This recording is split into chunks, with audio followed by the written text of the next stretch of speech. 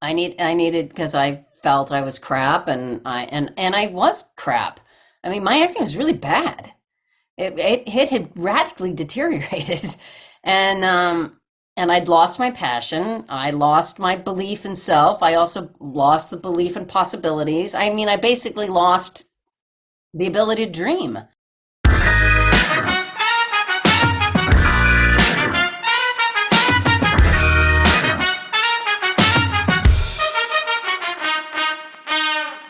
Welcome to the Funny in Failure podcast, a podcast that celebrates failure and shines the light on the emotional side of comedy, with yours truly, Michael Kahan. Let's get ready to rumble. What a treat we have for today's chat. Molly is a brilliant storyteller with a wealth of inspirational experiences. She's also wise, empowering, and unbelievably funny. Molly has so many incredible stories of resilience, and the takeaway from these experiences were mind-blowing. I'm super impressed with this lady. You'll walk out of this chat with a smile and feeling great about life as I have. So let's get into it and officially introduce Molly to the podcast. Molly Hagan is an award-winning actor who is currently a series regular on the CW's Walker. She plays the matriarch of the Walker clan, which includes mother to Jared Padalecki. Molly has amassed an extensive resume over the past 35 years. Her favourite movie appearances are SULLY, Election, Ringmaster, and Some Kind of Wonderful. TV regular gig favourites include UNFABULOUS, HERMAN'S and the NUTT. Molly's also had reoccurring roles on Jane the Virgin, iZOMBIE, Netflix's No Good Nick, and Apple TV's Truth Be Told with Octavia Spencer. The interactive movie The Garage Sale marked Molly's debut as a writer and producer, which can now be seen in its linear non-interactive form on Amazon Prime. You may also recognize her from her roles in Friends, Seinfeld, Better Call Saul, Narcos Mexico, True Detective, The Orville, Legion, Masters of Sex, The Mentalist, Desperate Housewives, Private Practice, Grey's Anatomy, Becca, Code of Silence, ALF, and Charmed, just to name a few. So as you can imagine, we dive deep and we cover a lot, such as mindset shifts, choosing happiness, the thinking body, the feeling mind, almost declaring bankruptcy, her dream role, being kicked out of high school drama, Herman's head, and getting into producing and writing. Before we get into this chat, in case you aren't aware, the videos are now available on YouTube under Michael Kahan. That's Kahan with a K, unless you're listening to it already. I find it adds a new element and dynamic to these chats. I'll still be posting snippets of these chats on Instagram under Funny and Failure, so check them out if you want to stay in the loop for upcoming episodes, or you want to ask a guest a question. I'd also love it if you would share the podcast or share your takeaways from the chat. It really motivates me, helps the podcast grow, and ensures I can lock in amazing guests like this one. And just as a final reminder, the podcast comes out every Monday at 5 p.m. Australian Eastern Standard Time, with the video to follow the following day. Anyway, sit back, relax, and enjoy today's epic episode. Oh, okay, we got so many points. Well, maybe I should just do like 1, 2, 3 and like pick out of the hat. Actually, we'll start here. This is a funny place to start. I heard that you were kicked out of high school drama. Is that true? Yes. I'd love to know. Actually, it's my favorite stories. I'm a very petty person, Okay. I like this already. and I still hold a grudge. Okay. And I won't say the teacher's name because I frankly don't remember it. But I was cast in Bye Bye Birdie, not in a great role. I guess the mother or something. I don't know. I end up in a trash can. I don't know. It sounds like a dream role to me. Yeah, it just not great. And at the same time, my community theater was doing a production of Equus, which is a fantastic play by Peter Schaffer, and it's a fantastic play. and my English teacher was going to audition for Professor Dysart, and a friend of mine was going to audition for Ellen Strang. And then there was a female role called Jill Mason, and I said, "Oh, I'll go too." And I think we had to do English accents. I'm not really sure. Anyway, so I get to the audition, and my friends did not get in, but I got in. And so I'm in this production, and I had to quit the play at the high school. And when I told my drama teacher that I couldn't be in it, he said, quote unquote, "If you quit, you will never work in this high school again." I went, "Okay."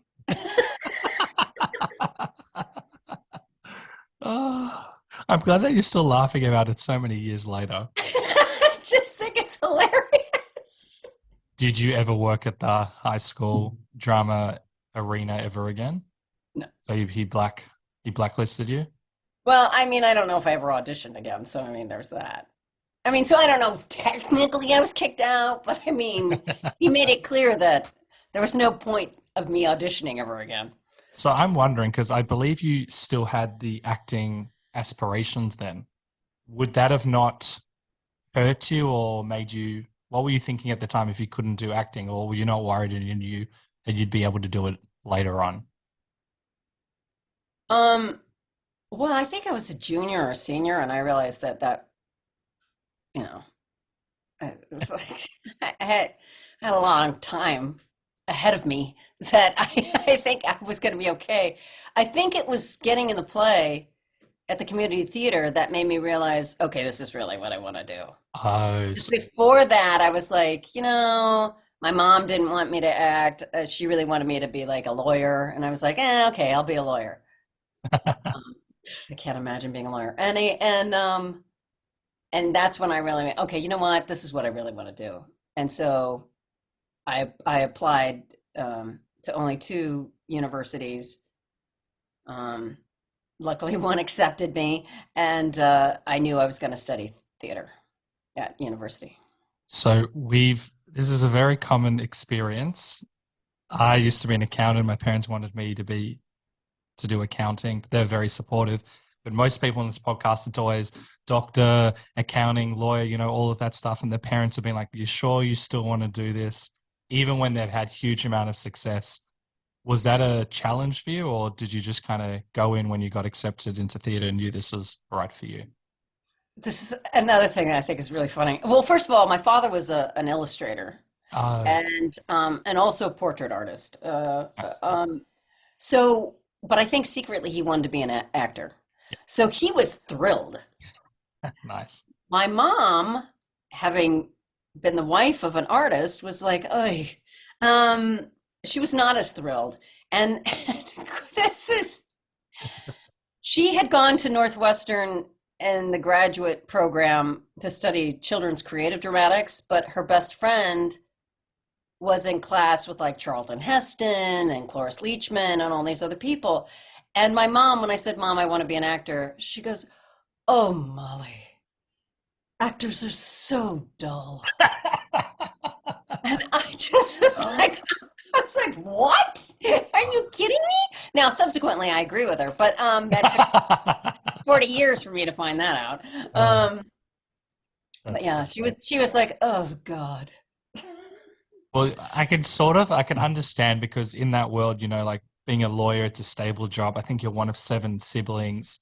Being an artist, there's a lot of ups and downs. And Yeah.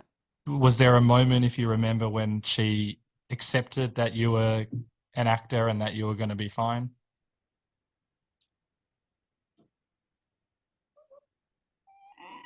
I'm sure she's very proud. Well, We have I this. mean, I think she was fine with it.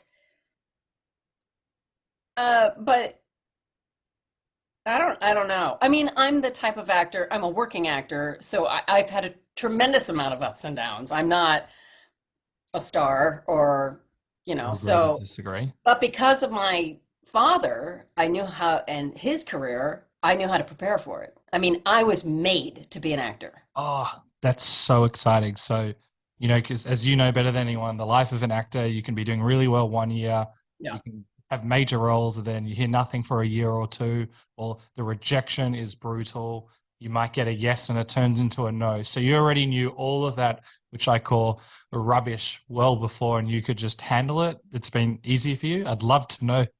Well, easy is, I don't know about easy, but Yeah. I understood that you had to save money when you made it, and you had to, squirrel it away, and then you had to be frugal. That part was easy for me. Yeah. The rejection, I don't think rejection's ever easy for anybody. That's true.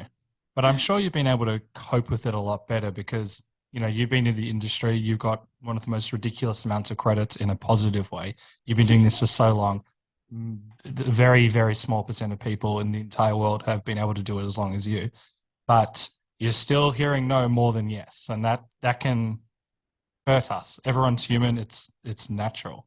So I'm sure you're better equipped now than maybe when you were starting. Well, something really great happened when I was, I don't know how old I was, but it had to be at least 20 years ago. And I was auditioning for this pilot, a really funny pilot, and I was testing for it, and there were only two other people testing for it. But I really knew that there was really only one other contender. Um, I go in the room, and it's chemistry read, and the person I'm reading with is crying. They're laughing so much. I'm like, I had this role. And the person who was a contender was like a 6 foot um, redhead. And the person I'd be playing opposite was like my height. And I was like, there's no way this woman's going to get the role. And besides, I made everyone cry laughing. Well, I didn't get the role, but they offered me this recurring character. And I was like, oh, like, I don't know if I can show up every day and watch someone else do this other role that I know I killed at. But I needed the money, and I was like, I can't turn this role down. So it was a sitcom, and so what I like to do at sitcoms, I do like the rehearsal process, and even though I'm not in a scene, I like being in the audience and watching because I always learn something.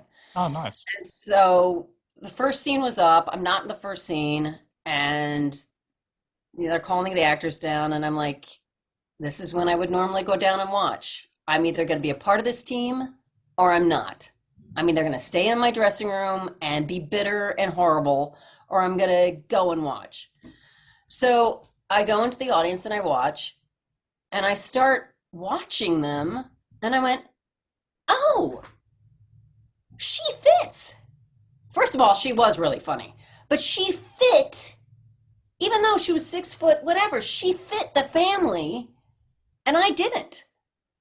I was like an outcast. I didn't fit at all. And I went, oh, I wouldn't have cast me. Wow. And I had a great time, had a great experience. Oh, good. She was funny as hell. And it was a really important lesson for me. It wasn't that I sucked. I literally did not fit. Isn't that wild? And also, just for people that might not know, like often when someone's like 6 foot, they still need to like match in height and all of these things, Yeah. the eye colors, the hair. And so that's a whole different beast in itself. I also heard within this that this was actually extremely life-changing for you. And you said that your happiness as an actor grew exponentially that day. And it had a Yes, really profound impact on you. I'd love it you to totally expand did. a bit more on that because that's to take the positives from that is so wonderful. Well, it just took all, actors hear a lot of the time, it's not a good fit, it's this, and you think it's all BS. And then you see it and you're like, oh my God, they're telling the truth. I mean, sometimes you don't give a really good audition, but when you know you did a really good audition and you still don't get it, you naturally assume it's something about you. They hate you, they this, they that, whatever. And it just it validated me. Like seeing someone else do it validated me because I wouldn't have cast me. So I looked back at the last 20 years before that and going all the roles I didn't get, I may not have been fit. It just took a tremendous pressure off. That's so awesome. And so when I didn't get roles going forward, when I didn't get roles, as long as I did the best of my ability, um, I really was able to give it away and not, of course I would want a job but if I really did the best I could, I was able to give it up and not, you know, drive away in the car going, oh, I wonder if I got it, or I did I did my job. I I feel first of all that's such an amazing experience that one you can because when we don't get a job, we've all got the ego and we can be like, I don't need this. Oh, I'm not going to do it. How do they not pick me? But one thing to actually go there and then to actually decide you wanted to actually learn from it. So you went into the audience. That's rare. You could have just done your lines and then left, but you embraced this experience. And then it may have been at the time you thought a negative experience, but it ended up becoming one of the most profound experiences in your career. And I would Yeah. also imagine just with your mindset that because you're able to kind of let go now a bit more, it would help with, the love of the craft, motivation, and also creatively help you as well. So do you reflect on that often? Does that help you move forward when you don't get things, for example? Oh yeah, 100%. 100%. Uh, as long as I do the work for the audition. Yeah. I mean, there have been many times where I do suck. I'm not going to get the role, but as long as I do my work and do what I want with the role, I have no complaints. It's not up to me whether I get cast or not. I have no control over any of that. And now I trust that they know more than I do. Oh, wow. See, coming from like a linear looking at like, for example, accounting, you know that there's like a stepping stone and you can move forward. But now with like your mentality, it sounds like you got trust in the universe or trust in whatever, that it will kind of just happen for you. That is also quite a rare trait because, we need money, we want to work. There's all Right. these other like variables in our life. So it sounds like you don't get that stressed anymore. Are you able to just, when the moments of work aren't coming, just kind of live zen-like in your house and or you're human, so I need to, what's the, Well, I mean, for instance, I don't know. I'm doing a show right now for the CW called Walker. Yep. I don't know if we're picked up for next season. There's nothing particularly zen about what I'm going through. I would say all the other cast members are probably way more zen than I am. Oh, and And I try not to bug them about how they're feeling about it or if they know how anything. I'm feeling about it. Oh, I've reached out to I really try to not dump my anxiety onto every passerby. see, I fully resonate and understand because one, it sounds like a really good show. You've got a good cast, and you can correct me if I'm wrong, sounds like you've been creatively fulfilled, but it's also a steady paycheck. You know when you're going to work. Well, previously, it just sounds like a huge win. And is it also like losing the cast, the money, the stability, and all of that, or you just really like the show as well? And yeah. Well, I mean, I think it was my husband said, "Well, you'll get another job." And I'm like, "It's not about that. This is my favorite show I've ever done in my life. Oh, that's so great. I don't want this experience. Yes, the money's lovely, but I really don't want this experience to end. I feel like I've waited a long time for this. That I'm in a situation that I really, really like. I really like all the actors. I really like all the writers. There's a sense of freedom on the set. Mm. It's, I, I, I've never been better. I, I mean, so, I don't want the money to go away, but I also don't want this experience to go away. I really don't. Well, one, congratulations that you've got to that. And something you said before, that you've wanted this for so long. And I found this very interesting being on the other side. One of the more recent guests I had on is a lovely gentleman named Patrick Fabian. And he'd been in the industry for quite a long time. And I think he'd done a lot of jobs throughout here and there. And he's been working for 25 years. But he said he finally got, in his mind, he's done amazing stuff before, but his big break 25 years into the industry, and he's working on Better Call Saul, and that's an amazing show. Your show is also amazing. And it's so, I would say, empowering and inspiring that, after working so many years, that these amazing opportunities can still come our way, especially if you work hard at it and you enjoy it. And so when And first of all, what's so funny is because that character is such a dick. yeah. He is He was such a great guy. Yeah. He is I'm an actor. I should know that people are able to play other things. Yep. But when you meet him, it's so shocking that he is not this smug, superior patrician guy at all. That character Was made for him. was so amazing. Yeah. But it was so, and it's similar. I know you've done a gazillion things and we've read out your resume before, but a story like Patrick's, which is similar in a sense to yours, is that similar wording to you, is that, like, he finally got this role that he was just so proud of. And normally, like, we see on the outset that people are just living their best lives as actors or in the creative field, but it's not quite like that. We don't necessarily have, and you talked about the collaboration side or the freedom side and the amazing people that you're working with. That can take a lot of time, or we might actually not find it where every box is kind of being ticked. So I think it's really inspiring hearing part of your stories that you keep on like working at it, you show up, you can get amazing opportunities, especially going like forward in your career. Do you think about it that way? Because I think that's just so cool and exciting. Yeah, I do believe that you can call good stuff in.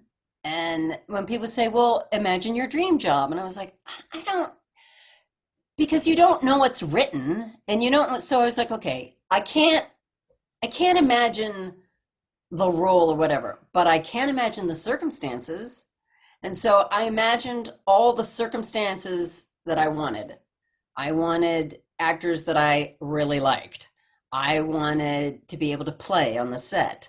I wanted to feel respected. I wanted to be able to collaborate. I had all these things about what I wanted to feel like on a set.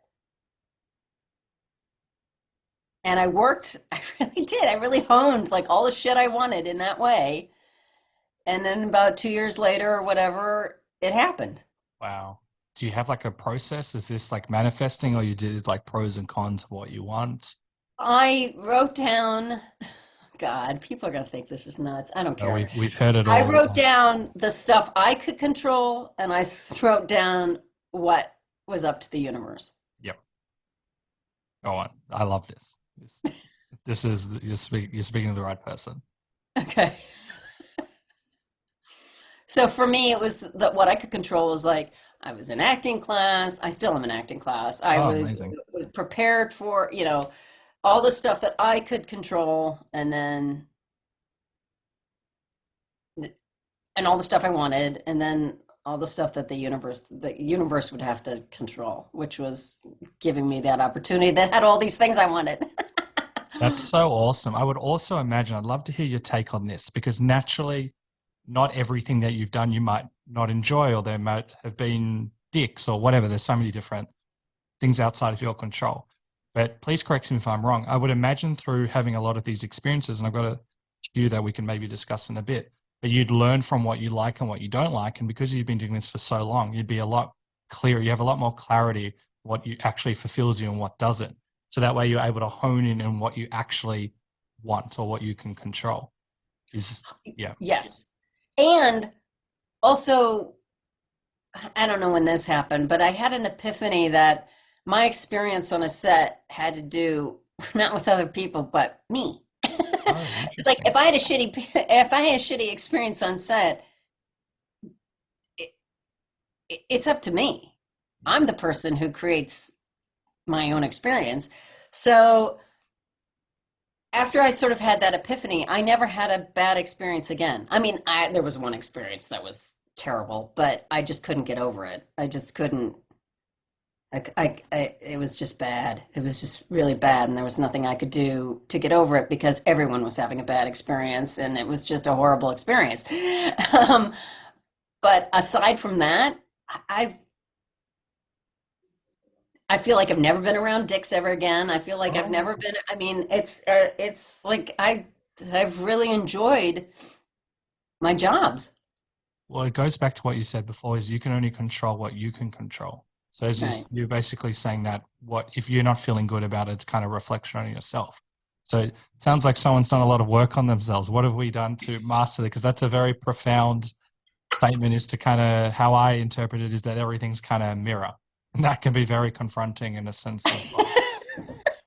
Well, I, as an actor, you do like, I mean, generally speaking, you like attention, or I like attention.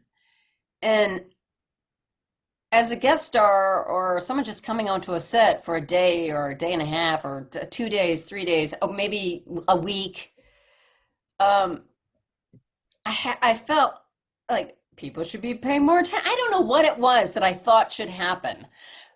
But once I realized that I'm here to do a job, I actually don't need attention. I'm better off if I don't have attention. And I and once I didn't feel the need to like be entertaining or try to get attention, or I just was comfortable just kind of showing up and doing the job, I enjoyed the experience so much more. That's wild. Because also this industry kind of this happens for everyone, and the industry can kind of like zoom in a little bit. But we're always told that there's like the perception you need to be more like this person, or there's all these little weird things, or people can box you in. And I always found that counterintuitive to the creative process. But I would assume you would have heard that so much in your career. But it sounds like you kind of understand that. But you've said, you know what, I'm going to be me, because being me is the best way that I can enjoy the whole experience. Yeah, I mean, I'm really not putting myself down, but I'm in saying what I'm about to say. Yep. I'm not particularly entertaining. I don't really like telling stories. I don't like showing up on the set. It is not a party to me. It is a job. I love the job. I love talking to people, but I like listening to people. Like the bottom line is, Ooh. I'm more comfortable listening than I am talking. So once I Wow. showed up onto the set and said, just fucking listen to people, it was so much easier because I didn't feel this onus to like perform or have to do something or I have to validate while I was there. I don't need to validate I was there. I'm hired. I don't have to keep auditioning. I'm hired. Okay. You know, they say acting's all about listening, but this sounds like 10 levels stronger. Because please, how did you discover this? Was this a slow realization to come from your acting classes, self-realization? Because that's a game changer in the industry. I don't remember when it happened, but I was just so uncomfortable on sets. I'm like, I was just so uncomfortable. And I was uncomfortable because I thought I had to do something. I'm like, well, what if I was there and just was there? Like present, being there. Yeah, Yeah. like just there, not even present. What if I just show up and not expect something? Ooh. Please And go that on. and Yeah. I don't really remember when it happened. I just knew something had to change because I was a basket case. In terms of what? I find that Well, hard to just believe. nerves, Ah. nerves and discomfort and yeah, nerves and discomfort. And now, no nerves or positive nerves. What's the Well, I've had a steady, the easiest job for an actor is to have a steady gig because you Yep. show up all the time. And The character? so, and I remember Tony Shalhoub, he won an Emmy. either won the Emmy or he won the acting award, the SAG award. And he got up in his acceptance speech and he thanked all the guest stars. He said, because that's the hardest job in the industry, to show up for a day on a Yep. set when you don't know anybody and Yep. do your job. Or maybe you know one person or whatever. And I just went, oh my God, I can't believe he's right, but B, it was so generous of a thing to say. So like when you have a steady gig, you are more comfortable, you are more relaxed. It's the gigs where you're not there for a long period of time. Yeah. And it's stressful. I was given this example that when you guest star on someone else's show, it's like meeting your girlfriend's family for the first time. And my guest rightfully corrected me and said, no, it's like going to a random dinner where you don't know anyone and your girlfriend's not there. I was like, holy moly, that can be pretty stressful. Then you have to perform and play. Yeah. That is fantastic. No, it's like it's a random dinner, but you don't, and your girlfriend's not there. That is fantastic. Yeah, that's it. And because I've done, I'm a little embarrassed comparing experiences, but I've only done like improv classes, for example. And when you're not feeling confident, it's very hard to activate that play and the fun and to get that like oomph out. But now you have to do it in front of, I don't know, 50, 100 eyes and just know your line, get up, do it, show and perceive confidence because the camera captures it all. That's a skill, that's a life skill in itself. And you see these, I just watched, I'm watching Picard, and Nice. I'm not ruining it for anyone, but there's I hope I'm not ruining it for anyone, but I've already there's, seen the first season. huh? I've already seen the first season. So. It's, well, each season is radically different from each season. Oh, They're radically different.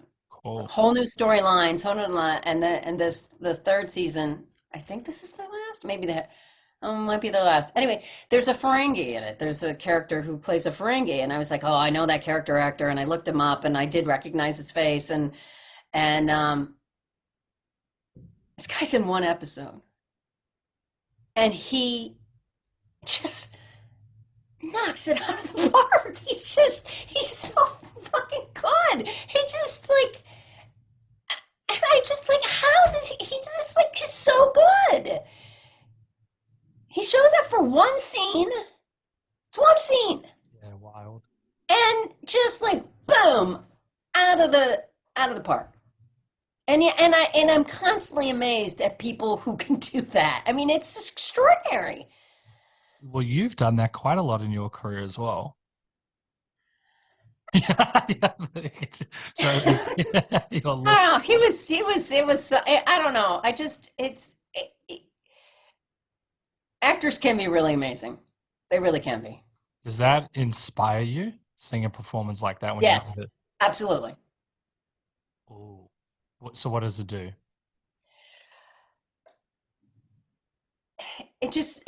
First of all, this guy had an entire life as this other species. He was just, and he's everything a Ferengi should be, and even though this is sort of a darker version, and he just brought this. I don't know. He brought a whole life to this character that was on screen for maybe 5 or 10 minutes, and the totality of it was inspiring to be, you got to bring more than just learning the lines. That's true. A good performance can energize us, electrify us in a positive way. It does something to us on like potentially a soul level where we just cannot really explain it. It's amazing, and it's just this non-spoken language. So there was this movie called The Whales of August. Okay. And it was a small movie, but it had Vincent Price in it, Betty Davis, and Lillian Gish. They're all old. And I think this was after Betty Davis had her stroke. So the first scene, it might have been a flashback, the first scene, but the first time you see Lillian Gish, all she's doing is exiting the house with a load of laundry and hanging it. That's all she's doing. I wept. I'm like, I was a basket case because she brought her entire life carrying the laundry out and hanging it. She was just a person, but her personhood was so full. It just, and then Betty Davis, who obviously is a really brilliant actor, just was not doing what Lillian Gish was doing. Like Lillian Gish was a human being. She was a human being that Wow. happened to be being filmed. Isn't it wild that it sounds like there's not much dialogue there, that it just through being authentic and real, that you notice, firstly, you can notice an experience can be like so profound from that. I never quite heard an example like that. That's very interesting. Yeah, there was no words, no words. And she was by herself on camera, just hanging up laundry. And I was like, I mean, it's crazy. I've never asked this question before because acting to me is an individual sport, but you also need to rely on the collaboration and collaborate and work with someone you've never met before. But sometimes I've heard, I don't know if this is true, if someone's so good in the scene, it can make everyone else look really bad. And I know the goal is to raise everyone up. But if someone's so good, you look very confused. They generally lift everyone up.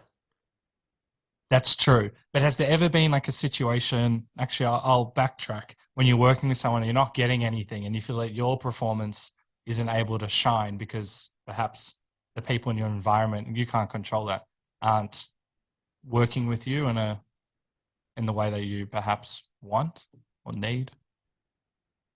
Well,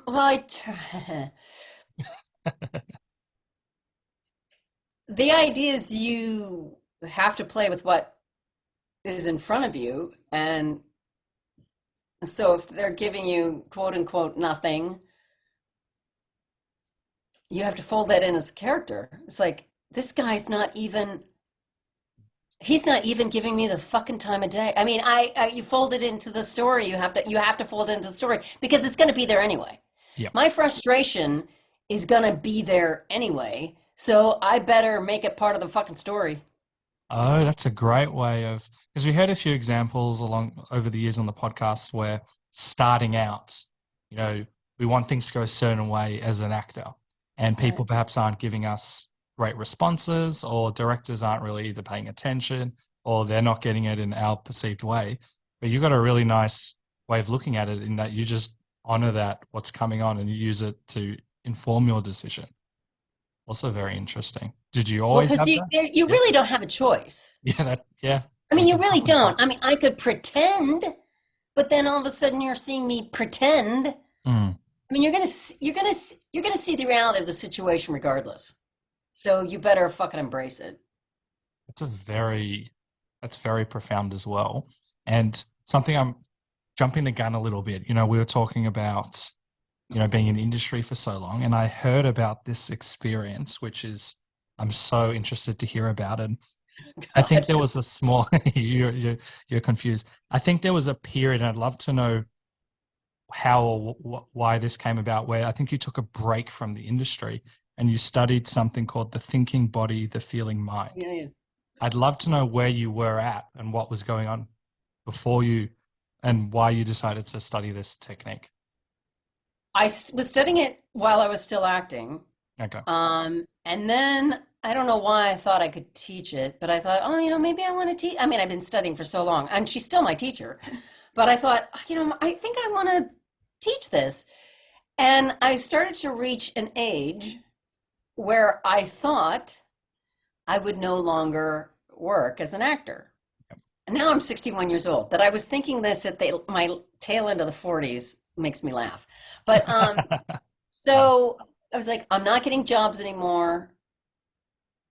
So instead of looking at it as like, maybe there's something wrong with me, I was like, oh, it's the industry. I'm not getting jobs anymore. I should quit.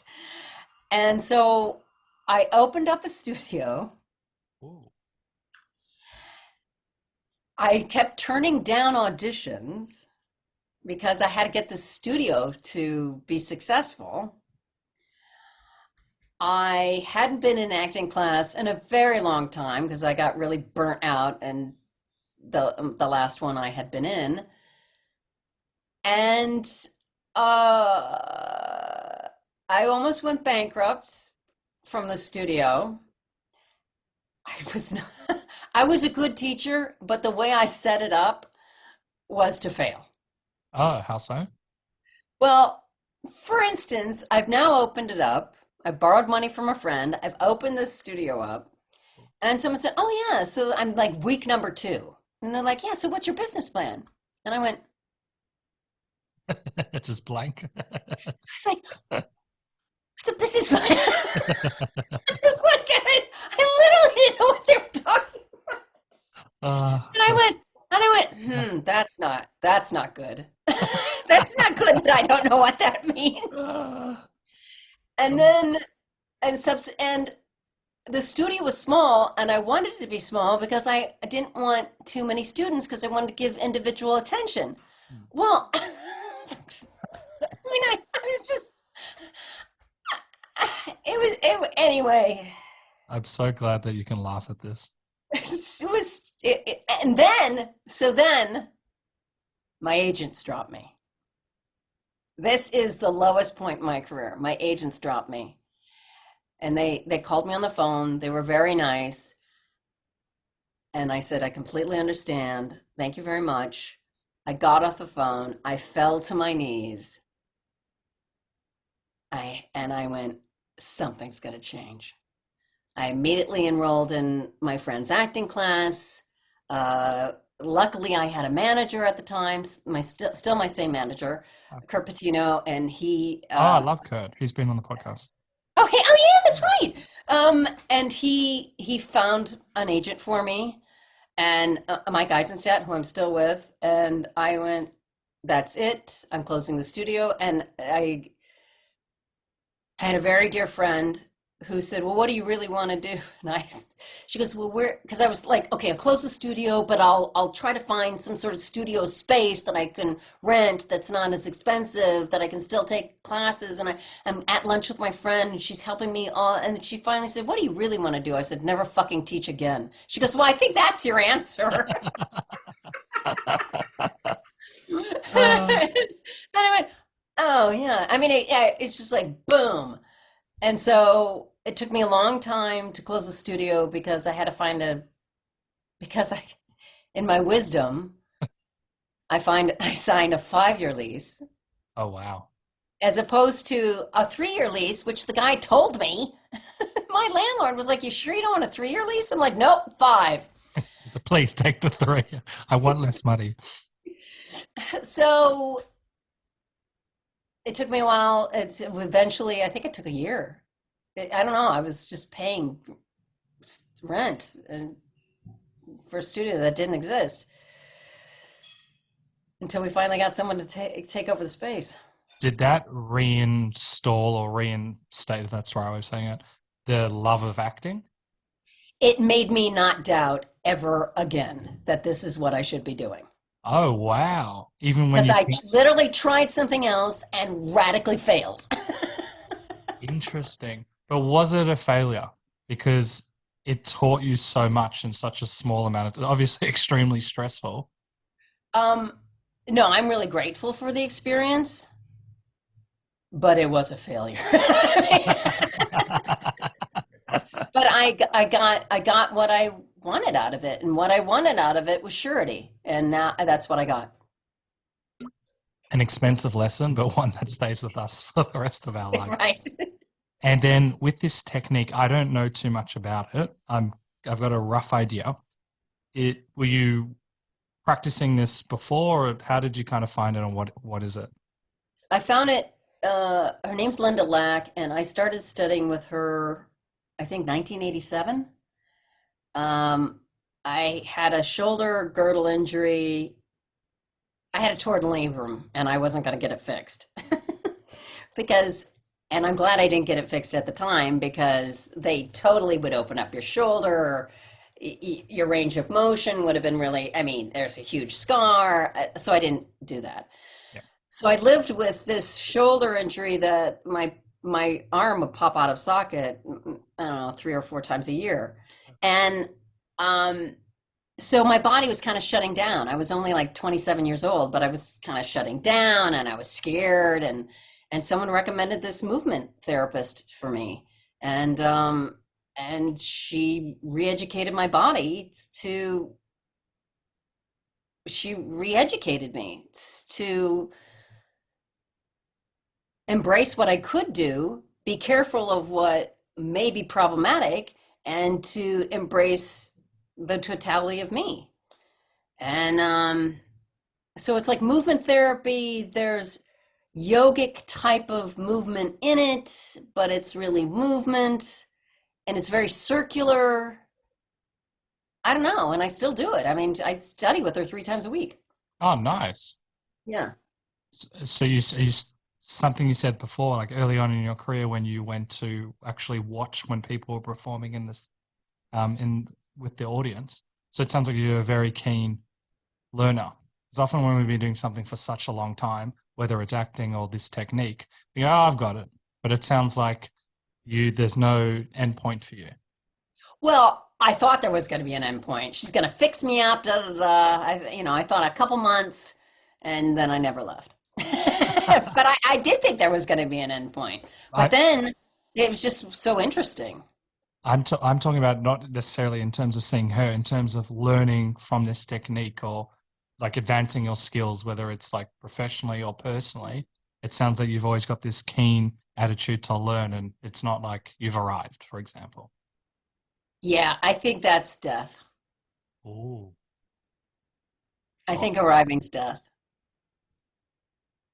can you expand? I'm sure you've probably seen it as a lot as well. I feel, well, there is no arrival. Uh, there's always something to learn. There's always something, there'll always be, and if you think you're at the top, if you think you're the best you can possibly be, then just leave. I don't see the point of going on. Yeah, there's no growth in that, or even fun, plain fun. Right. So with the technique, it sounds more than physical. Does it also help with the emotional well-being, or within that? Oh That yeah. okay, Yeah. A lot. okay. I remember my first marriage. He was like, "Don't you have yoga today?" We called it yoga. It's the thinking about it, the feeling It's about it. easier. Yeah. And he says, and I would be, I don't know, raging about something, and he would just go, "Don't you have yoga today?" And I would come back like a completely different person. Oh wow. It kind of sounds similar in a sense. Does it work with belief systems? Because if you're also working on like your shoulder or something, you mentioned like limitation of how you were speaking about the injury, for example. So does it work in that sense of not limiting, but having like a higher belief in what you're capable of? Yeah, there's a lot of, it's sort of an esoteric, you know, technique, but No, I've studied stuff like this, so I'm just trying to see what it's similar to. well, it's some of the basic things are that the body is a very resilient organism, Agreed. and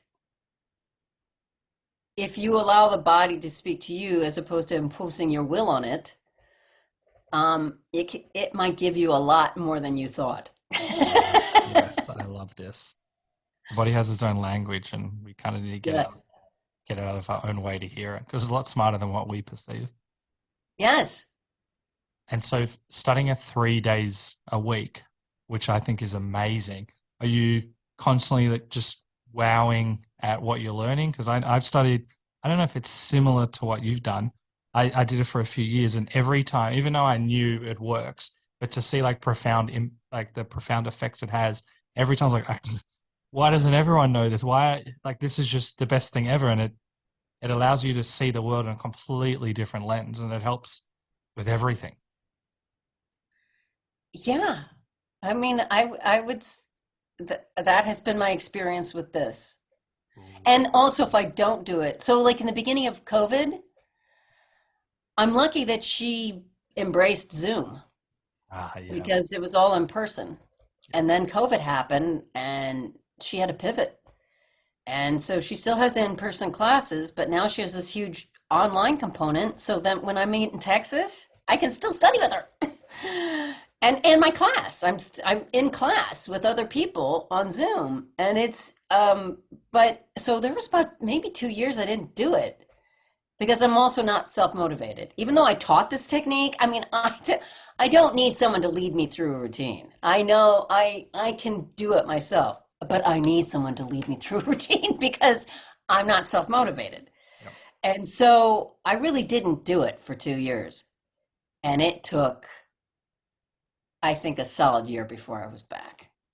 As in, once you got back into it to embrace it, or My body had shut down a lot in 2 years, and it took almost an entire year to open my body up again and to recognize it as my own body.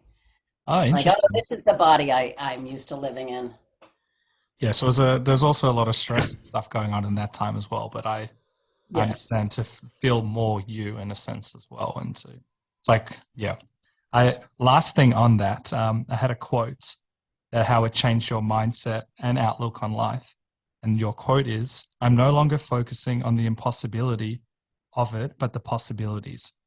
And in the context, I was focusing on the impossibility, I think, of like career in terms Yeah. of, because, you mentioned age and now what's actually available to you. So I would imagine it also had a profound, well, obviously, because you're still doing it, but a profound impact on the opportunities that were coming to you in the industry as well. Yeah. I mean, because the bottom line is there are roles for people my age. Someone's going to get them. Yeah. Why can't it be me? I mean, to to just be focusing on paucity of roles or whatever. I mean, it, it's it's kind of an illusion. Interesting.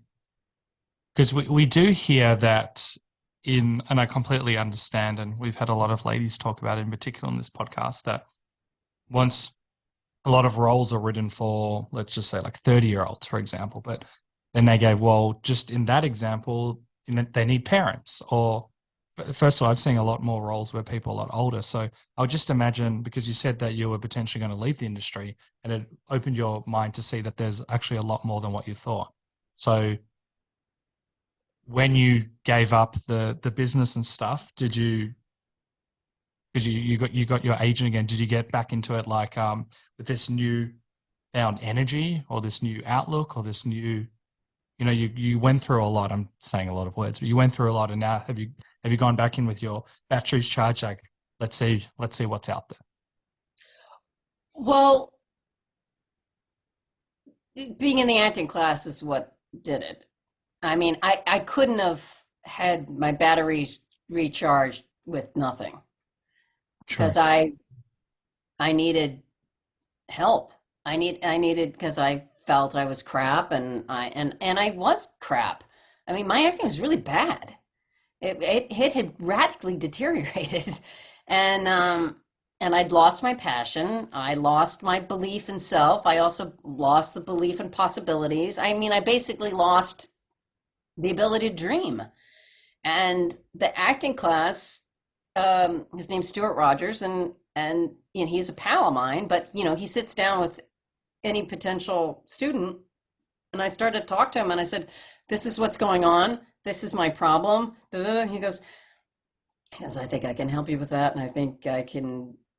I think I can help." Anyway, through the course of the meeting, I knew he could, just because of his passion for the craft. I was like, oh God, it really does still exist out there. And I don't know. And I Oh, never that's left. And it's been at least 10 years. But it's also wild that we do this in all areas of life when things aren't going well and we've lost the mojo. Often as humans, we go, well, we can blame the industry, blame everyone else but ourselves. But you know what? I'm doing something else, and we can leave bittersweet. But you actually had that something within you knew that you could go back to where you wanted to be. And so instead of allowing all of the negative mind games to occupy you, and obviously they would have still been there, you actually were still, despite being in that state of mind, wanting to up-level yourself, even though I cringe at that word, but to go to where you wanted to be, to like raise your vibration in a sense. And that's also very rare, to actually, in that mindset, to want to thrive. Well, I also had no choice because I was about to declare bankruptcy. I mean, You could have got a I job mean, doing something I mean, else. I don't know what I could have done to. I'm literally not qualified to do anything. So, and so when my agents dropped me, I was like, I would have dropped me. They were right to drop me. I had lost my passion. My auditions sucked. And I was canceling auditions. I mean, I was canceling opportunities to work. And yeah, the biggest thing was like being able to see possibilities again. And I remember being in that interview with Stuart, and I was so far removed from the ability. I really lost the ability to dream. I couldn't even, and then when I got that back, I couldn't imagine what that feeling had been like because it was, Ah, I couldn't remember, but it's awful. All I remember is it's awful.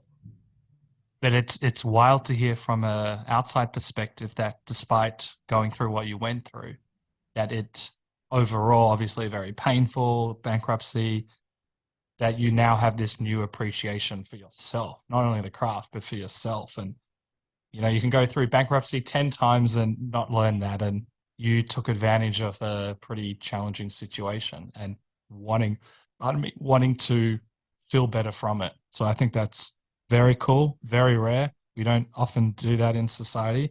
And I find that very inspiring. And I think that's a great lesson for everyone to know that despite feeling very average, you can come out being an absolute winner in the sense, so at least mentally, of how you Yes. see things. Yeah. Yes. Do you ever go back to that, or you've got that feeling, obviously you've got the dream job that you're working now, so that's a credit to what you experienced before. I have not gotten back to not being able to dream. I have not gone back to that really dark place. Nice. I have other things, We're but all that human. Yeah. that never came back.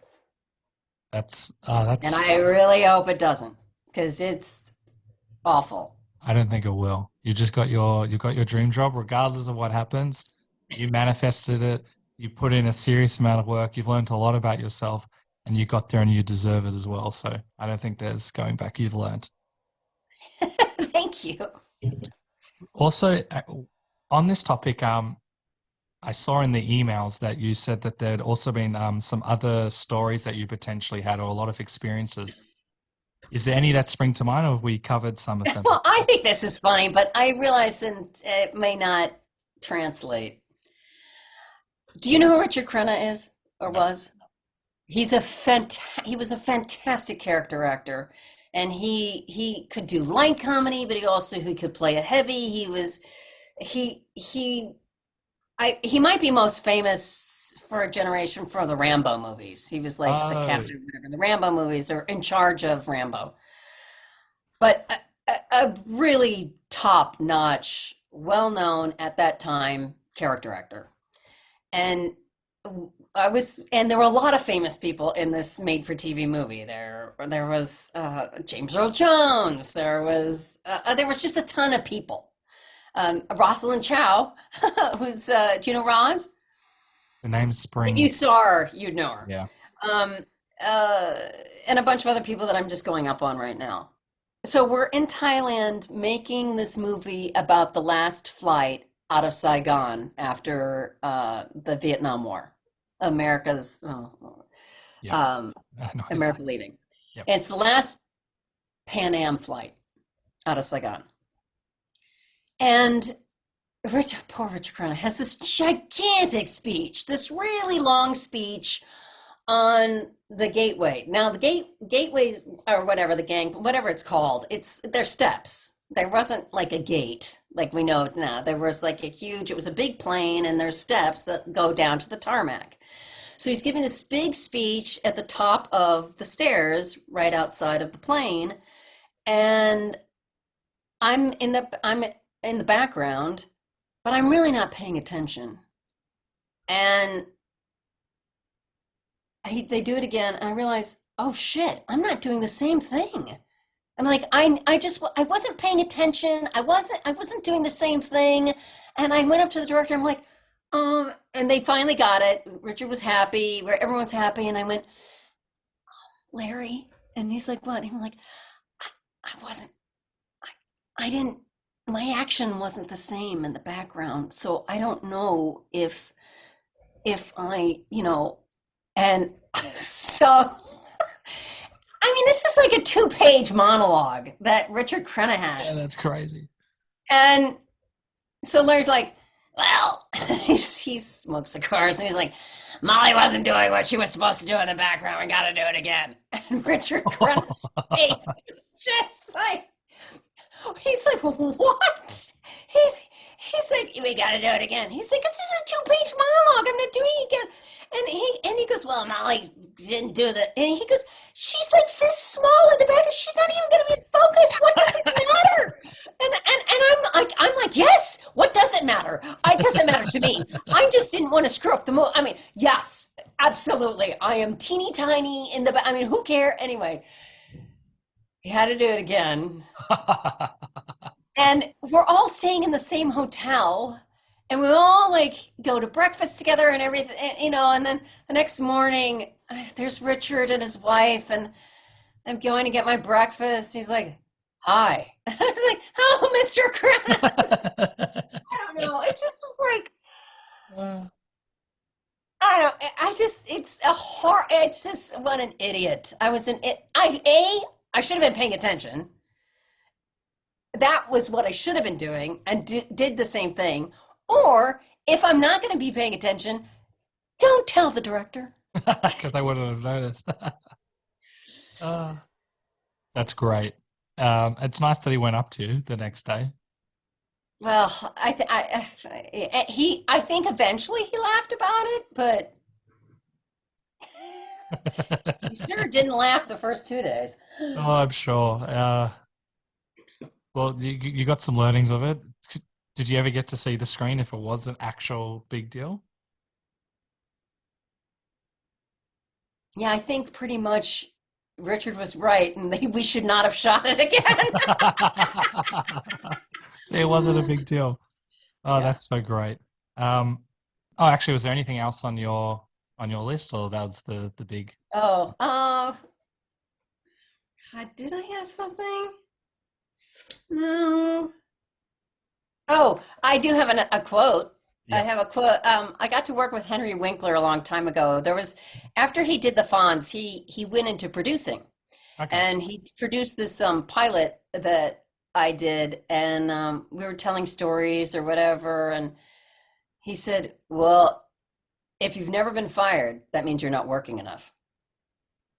That is great. And so when I was fired, not From from that that job. job, Oh, but okay. eventually another job, I thought, I went, okay, I guess this is just what happens to people. It is, and we've had so many people talk about this on the podcast as well. But in the moment, it doesn't feel great. And No, often it's not. I don't know what your situation is. You can tell me if you want to. Often it's not really even about the job performance. There's other variables as well. yeah, Anything you yeah. want to say, or we'll leave it there and it's Uh, the actress that they originally wanted became available, yes, there's also that. which is fine because she's a friend of mine.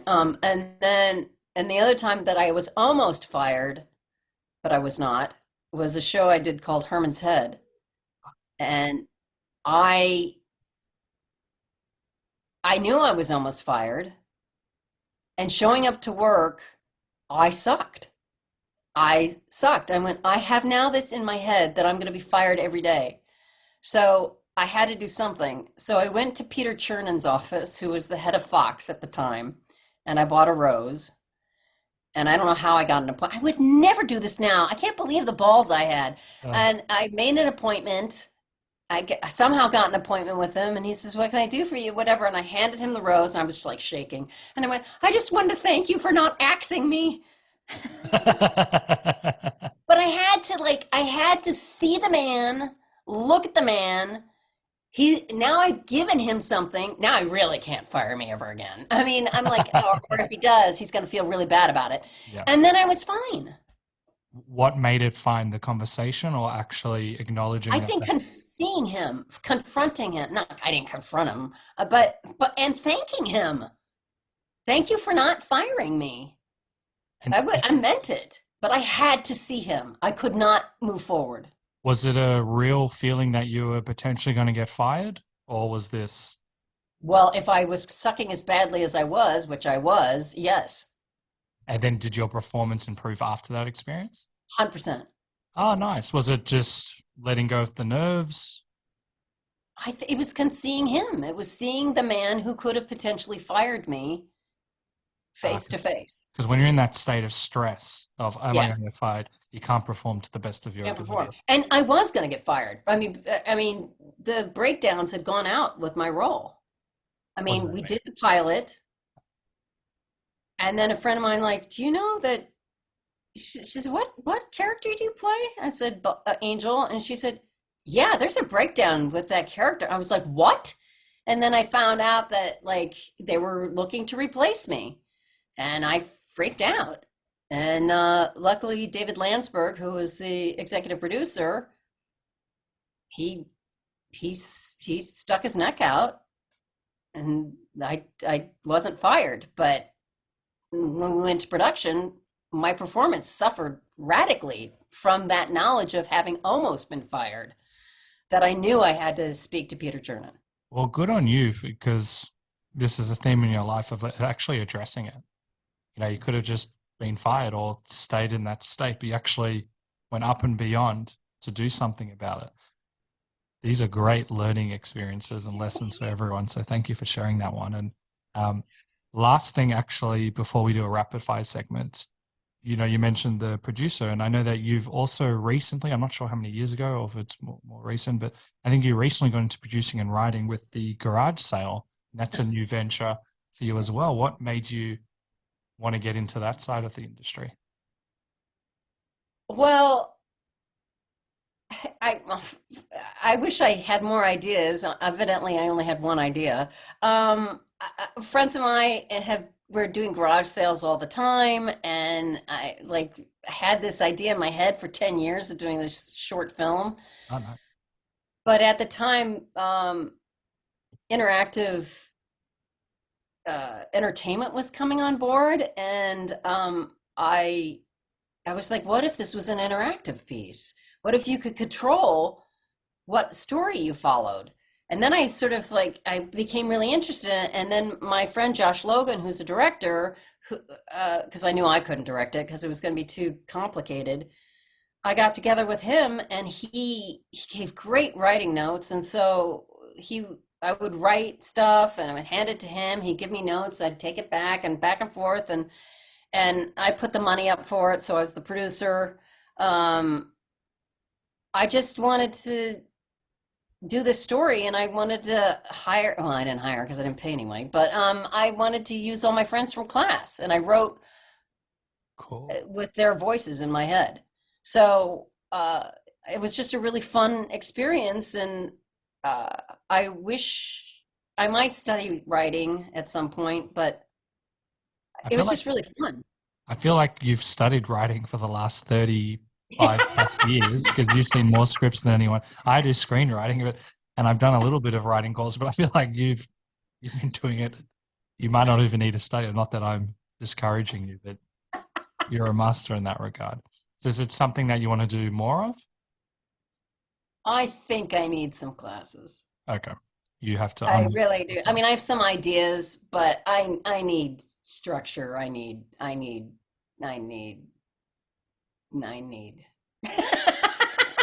You know what you need better than I know. And the feeling of when you finally did it, what was that like?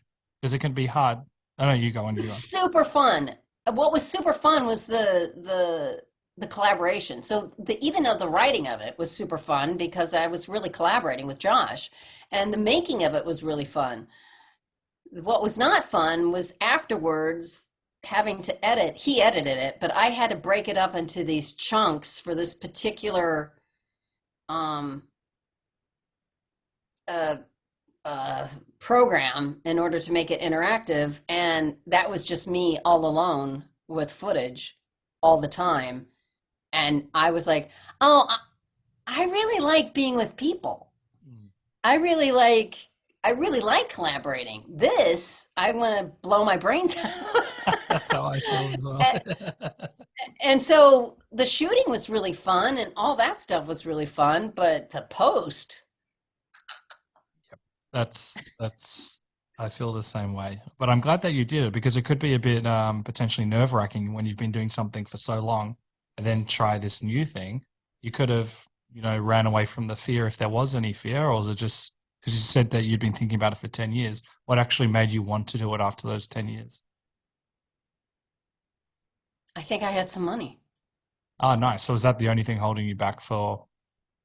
Or I finally realized what the story could be. Because all I had was anecdotes. I'm like, oh, this happened at a garage sale, this happened at a garage. And I'm like, finally, I was spitballing with some friends, and I think the story was like, oh, story. And the thing that Josh did, like the weakest parts, he was able to see what was really weak and really made me flesh stuff out. Cool. Yeah. So now this thing lives in a linear version, non-interactive. Maybe it's still interactive somewhere, but it's like a long short on Prime, on Amazon Prime, and Okay, it's so called The Garage Sale. And the format is not typical film because it was made to be whatever, but the performances, there's some really good stuff in there. There's stuff that makes me like, if anyone wants to know what my sense of humor is, it's this. There's stuff in there that literally makes me laugh out loud, still to this day. that's how you know it's good, if you can still laugh after seeing it so many times. And because the performances are so funny. I mean, oh my God, there's just some stuff that's so fun. Yeah, it makes me laugh out loud. Okay, that's amazing. I hope everyone can check it out. So it's on Amazon Prime, and that's The Garage Sale. So that's very exciting. Before we go, we're going to do a quick rapid fire segment to wrap up the podcast. Amazing. What's rapid fire? Oh, so rapid fire is kind of the first thing that springs to mind. So I'll ask you a God. question. I'll just be like, whatever springs to mind. Okay. Rapid fire question number 1. And remember, you can take your time to think about it. These things never end up being rapid. And, they're probably the least rapid segment of the podcast. So what are you most proud of? Yeah, I know. There's no pressure whatsoever. Oh my God. Actually, I'm very proud of The Garage Sale. Okay, that's a very good answer. What has been your special ingredient to work all these years? Angela Lansbury said about me, I have a high level of believability. That's a huge compliment. I won't comment on them because I'll derail them. As you can see, it's not so rapid because of me. If you could gain any skill in the world, which would it be? Wow. Gymnastics. Ooh, why gymnastics? Because if I could do gymnastics, that would mean that I didn't have fear. Can you go on? Didn't have body fear. Oh, can you expand on that? A lot of physical stuff terrifies me. And Okay. injuries terrify me. Is it? And I don't, even though I've been studying this technique for a long time, I'm much more in my body, but I still don't have great proprioception. Proprioception is knowing where your body is in space. Yep. So when they do flips and all that stuff, they know where they are. That is inconceivable to me. Like walking up and down steps, I have to look at the steps. Well, I think you've probably come very far, and you're probably a lot better than you think you are after studying it for so long. We'll take that as a yes. Any advice you want to give to people who want to try something different or new, but perhaps a bit fearful of doing so? Know that everyone starts from someplace and maybe taking a beginner's class in it, whatever the thing is. I'm all for classes. I know I said I wouldn't comment, but you're right. We project, like when we start anything, whether it's guitar, we're not going to be the world's best guitarist at the start. We need to actually go through it. And yeah, you said it better than me. Anyway, back to not commenting. Also, you mentioned Herman's Head, and that was a show that went on for a while. It was a very big show. What was the moment? What did you learn when that show ended? If there was a key takeaway that springs to mind. I learned that this career really is roller coaster. Just because you think you were on something that you thought you were hot shit in means nothing. That's a good lesson. Yeah. And it was one of the biggest shows as well. Any regrets?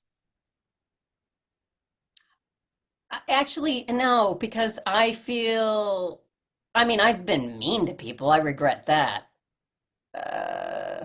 Oh God, this one guy. Ugh. I regret any time I was shitty, mean, or short with people, but any sort of like, so on a human level, I have regrets about my behavior, but on a sort of like, oh, I wish I wouldn't have done this or that or the other thing in terms of business or whatever. I don't have regrets like that because I do think it's all learning. Great answer. If money wasn't a factor, what would you be doing differently, if at all? Nothing. Great answer. Okay, I'm not allowed to comment. Next big dream or goal? I want to move to Santa Fe. My husband and I, we want to move to Santa Fe. So that's the big thing. And then once I'm going to start studying with my acting teacher to teach. And so I want to see if that's something that might appeal to me. I don't know. I have shitty boundaries, so that's not You'll great learn for a quickly. teacher. Yeah. And I want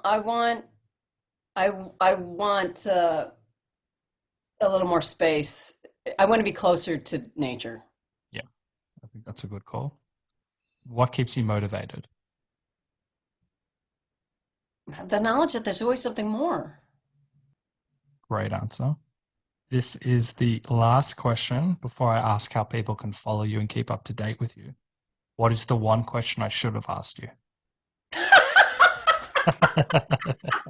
Every time it gets me. How big of an influence were my parents? And how would you answer that? I got my sense of humor from my mother.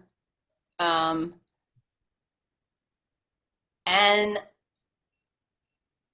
I got my desire to be an artist from my dad. Nice mix. Is there, well, it sounds like going back to the very start of the podcast that they've helped inform you in so many different ways. Is there anything that springs to mind that you want to share, or just holistically? Well, I think my mom just had a really keen sense of humor about little things and seeing things in life. So there's very little I can look at and I think get comedy out of it. I mean, I see humor everywhere. That's great. And even hearing the stories of when perhaps they were, inverted commas, challenging or negative experiences, you've been laughing the whole way through. And that's the best way to heal, is when you can laugh at an experience like that. I love it. It's contagious. So that's a great lesson. Before we go, how can people follow you, keep up to date with you, and all of that cool stuff? Well, I think I'm about to lose my blue check mark on Twitter because I refuse to pay. So on Twitter, I'm at Molly Hagan. Yep. On Instagram, I'm Molly7Hagan, and I do have a blue check mark. Facebook, I'm just not really on. I mean, I guess I have a present. I don't know. I hardly have any followers, and that's fine. It's like I'm not very present on any of the things. It's probably good mentally to not be so, because I waste so much time on it. But anyway, we'll upload that in the episode notes below so people can check you out there.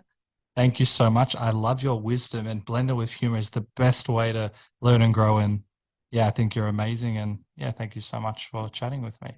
Well, thank you. How you really did your homework? How did you find all that stuff? I've learned everything there is to know about you. Just been speaking to your husband every day and be like, okay, cool, I'm just taking notes. I should do that actually. Yeah, thank you. This was great, and yeah, we'll have to do it again sometime in the future. Thank you so much, Michael. Thank you very much. This was really fun. You're really good at this.